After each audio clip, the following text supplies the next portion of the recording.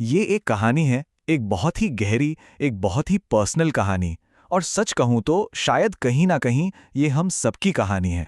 कभी ऐसा महसूस हुआ है कि हर रोज आप मेहनत कर रहे हो, सब कुछ सही करने की कोशिश भी कर रहे हो, पर फिर भी ऐसा लगता है जैसे एक ही जगह पे बस गोल गोल घूम रहे हैं। बहुत ज्यादा सोचना, कंफ्यूजन और एक ऐसी खामोशी जो सिर्फ हमें ही सुनाई देती है। ऐसा लगता है जैसे खो गए हैं। अंदर से टूटे हुए हैं और बिल्कुल अकेले हैं।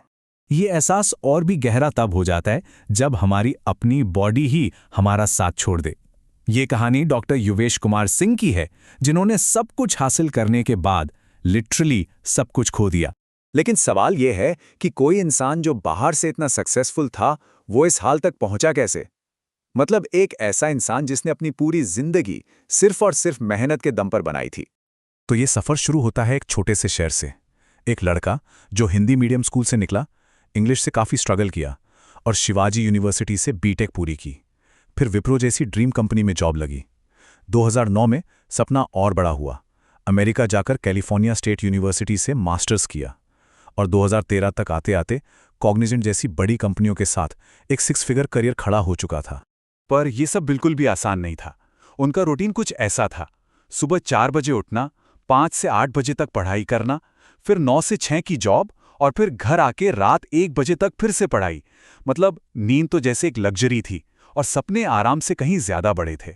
तो सवाल फिर वही उठता है, अगर मेहनत ही हर सवाल का जवाब है तो इस सब का अंत एक कंप्लीट कोलैप्स क्यों था? एक ब्रेन स्ट्रोक, पैरालिसिस और टूटे हुए सपने? इसका जवाब उसी हॉस्पिटल के बेड पर मिला। एक ऐसा एहसास जिसने सब कुछ बदल कर रख दिया। पता है, प्रॉब्लम ये नहीं थी कि मेहनत में कोई कमी थी, नहीं। प्रॉब्लम ये थी कि मेहनत गलत दिशा में थी।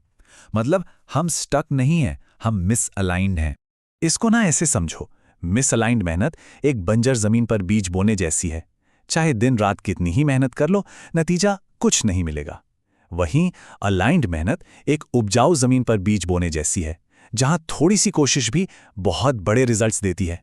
इसका मतलब साफ है, प्रॉब्लम एफर्ट की नहीं, डायरेक्शन की है।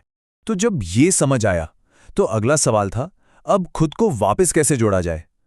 और ये जो रीबिल्डिंग का प्रोसेस था ना, ये काफी धीमा था लेकिन बहुत बहुत पावरफुल था। डॉक्टर सिंह ने अपनी किताब में 3 सर्वाइवल हैबिट्स के बारे में बताया है। पहला सेल्फ लव, यानी खुद से प्यार करना। दूसरा विजुअलाइजेशन, मतलब उस भविष्य को देखना जो अभी है नहीं। और तीसरा ग्रैटिट्यूड, यानी जो खो गया है उस पर नहीं, जो बचा है उस पर ध्यान देना। हीलिंग की शुरुआत एक सुबह शीशे के सामने हुई, जब उन्होंने खुद की आंखों में देखकर उस इंसान से आई लव यू कहा जो सब कुछ हार चुका था पर फिर भी जिंदा था। और इसी विजुअलाइजेशन और हिम्मत ने काम किया। व्हीलचेयर से मैराथन तक का सफर सिर्फ फिजिकल नहीं था, ये मेंटल था। उनकी हर एक दौड़ जिंदगी को एक जवाब थी, तुम मुझे गिरा सकते हो पर हरा कभी नहीं सकते। और ये अंत नहीं था, ये तो एक नई जिंदगी की शुरुआत थी। क्योंकि जब दिशा सही होती है, जब क्लैरिटी होती है, तो सच में सब कुछ बदल जाता है। और रोज रोज लिए गए छोटे छोटे कंसिस्टेंट कदम ही एक दिन एक बड़ी जिंदगी बनाते हैं।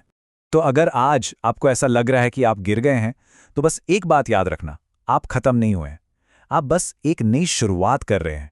ये कहानी थी डॉक्टर युवेश कुमार सिंह की, जो हमें याद दिलाती है कि गिरना अंत नहीं है, ये तो सही दिशा में उठने का एक मौका है।